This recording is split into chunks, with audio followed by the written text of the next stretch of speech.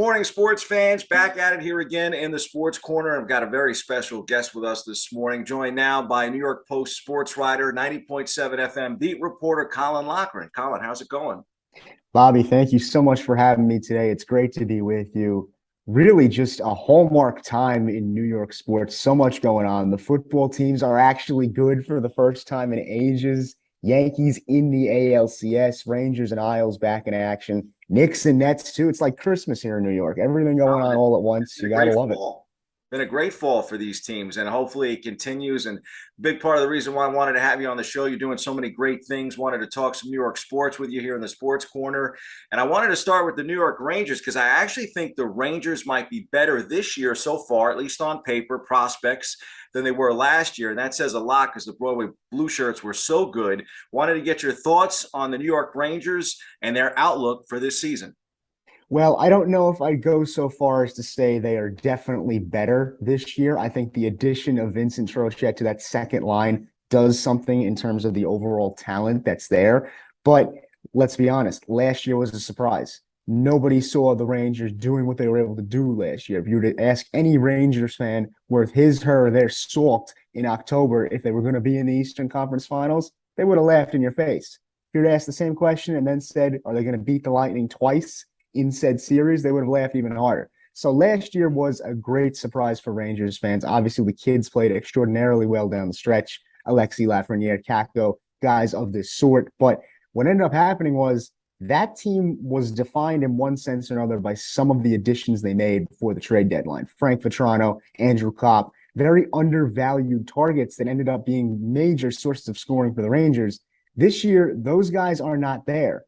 You basically sacrifice the ability to pay those gentlemen by going after a guy like Vincent Trocheck and giving him the fat contract that you did. So I think the Rangers are better from a talent perspective in that you have Trocheck now with Panarin on that second line. You have two lines that are fairly stable, although the right wing on that top line is with a lot of push and pull between Barclay Goodrow and Lafreniere, who will ultimately end up playing with Kreider and Zibanejad. But when you look at the team as a cohesive unit, it's questionable as to whether or not they're going to end up having a better result than they did last year. NBA season, of course, opening up. Wanted to talk a little bit about the Nets and the Knicks. We'll start with the Knickerbockers, the orange and blue. What is best case scenario for the Knicks this year? And am I going to have another heartbroken year at the Garden? Well, Bobby, I'm not a complete pessimist. Whereas the Rangers overachieved last year, the Knicks underachieved last year after their initial overachievement 2 years ago. So I think for the Knicks, there's a lot of room for growth, but the addition of Jalen Brunson helps this team without question. They've been without a point guard for what feels like the longest time. Derrick Rose injured last year. Even when he was healthy, he could only play in short spurts. He's not the type of guy that's going to play 40-plus minutes. He's not the type of guy you want to play 40-plus minutes at this given moment in his career. Jalen Brunson gives you 4.8 assists per game last year over in Dallas. He comes over and brings that type of playmaking to New York. The Knicks will be much better than they were last year. They were 30th in assists in the NBA last season. You can't win that way, especially when you don't have one guy like a Giannis or a Durant that can carry the offensive load. Knicks fans very high on RJ Barrett, but at this moment in time, he still needs a point guard to feed him the ball, get him those open looks. I think Jalen Brunson, with a little bit of Derrick Rose sprinkled in, can be that guy. The Knicks could make a play and run. That is a very realistic expectation for this bunch. I don't see them escaping the 9 to 10 range. If they finish 6 or 7, that would be a massive success for this unit. The most realistic outcome is for them to be 9, 10, potentially 8th in the Eastern Conference. What about the Brooklyn Nets? Will this finally be the year that Brooklyn breaks through and wins a championship, which I think most fans, if you're a Brooklyn fan, you would have thought by now they would have at least have played in the finals with Kevin Durant and Kyrie Irving? Well, if you're a New York Knicks fan or a Brooklyn Nets fan, chances are you have the patience of a saint by now. So the Nets on paper are way more talented than they were last year if everybody stays healthy. Ben Simmons is now there for a full season. Kyrie Irving can play every game if he so chooses to do so now that the vaccine issue is behind him. And you added TJ Warren, who's hurt at the moment. You also have a full season of Seth Curry, who's hurt at the moment.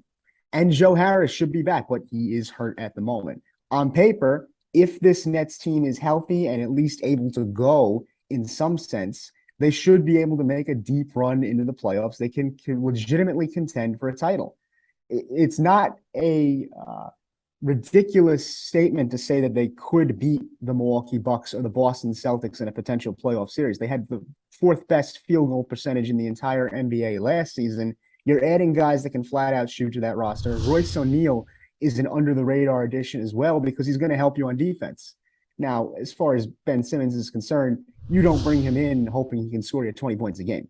No, you're just hoping he can facilitate, get some open looks for Irving and Durant, maybe find Nick Claxton in the post for a cheap bucket here or there. Overall, Ben Simmons just has to facilitate and play some defense. If they can get that, they're already a step ahead of where they were last year because Boston exploited the idea that Brooklyn played isolation basketball. And then on the other side of things, they couldn't defend to save their life. They're already better on defense by the virtue of Ben Simmons just being present in general.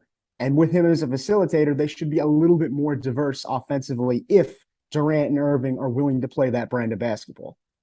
So do you see the Nets actually getting a step further? And does it happen with these guys in the fold, or eventually does this all get broken up? I mean, do we see Kevin Durant, Kyrie Irving move on? I see KD and Kyrie making an Eastern Conference Finals bid this year. I think it will come down to either the Brooklyn Nets or the Boston Celtics challenging the Milwaukee Bucks in a best-of-7 series. I might be inclined to say whoever has home court wins that series. I think Milwaukee is the class of the East. Boston's really deep, but they don't have Giannis Antetokounmpo. Brooklyn has KD, who nearly outdueled Giannis himself in 2021. I mean, let's be honest, if Kevin Durant had a little bit smaller of a shoe size, we might be talking about Brooklyn already having a championship under their belt with James Harden. Well, speaking of coming and going, the $64 million question here in the Bronx is whether or not Aaron Judge will be in pinstripes by next season. Do you see Aaron Judge as a forever Yankee, or will he be somewhere else, let's say like the San Francisco Giants, and perhaps heading home to California? Well, Bobby, I wrote an article not long ago about how if Judge breaks the Maris record, which he did, for single season home runs, it would be a slap in the face to Yankees fans if he was not signed long term and to play his entire career as a Yankee. There's no other franchise in sports, not the Cowboys, not the Steelers, not the Patriots, not the Lakers, that sells their fans on pride and what it means to be a part of that specific team. To me, the fact that Judge breaks this record signifies that the Yankees front office will have to make amends with him and offer him basically a blank check. I think he will stay in New York, given he broke that record. To me, that was more important than the Triple Crown or the MVP or even a World Series at this time. Once it became obvious he was going to break that record, that's all you need to know. The team could flail out from here against Houston or not win a title, but Aaron Judge can't be blamed. I don't think you could say that the team is underachieving because of Aaron Judge. If anything, they've overachieved because of Aaron Judge. There were stretches where he was carrying that offense, and him breaking the home run record kind of encapsulates that idea. So for a franchise that tries to sell its fans on the idea of pinstripe pride and all this, it'd be a real slap in the face not to sign this man long term. And now the most home runs too in deciding games in baseball history. Pretty cool for Aaron Judge. Well, Colin, before we let you go, where can people find you? I love the articles that you're writing with the Post, doing some Yankee stuff too. And of course, people can hear you on the air at 90.7. Tell us more. You can hear me with WFUV. Check out our YouTube page. I'll be covering the New York Knicks this season, some special reports, some post-game reports there. Also, as you mentioned, Bobby, on the New York Post's website, you can find articles that I've written, some reporting. And then also on Fanside, it's Dodgers Way and Yanks Go Yard sites. I've written a variety of articles about the Yankees and Dodgers, their seasons, their history. The Yankees article coming soon about why it's so important to embrace this playoff run, especially 10 years since the last run of the Core Four in 2012. I'm all over the place these days. Be sure to check out some of what I've been able to do. Well, even if the teams don't win the championships, Colin, I'm happy that you gave me Aaron Judge at least this morning. Thanks for taking the time with us here in the Sports Corner.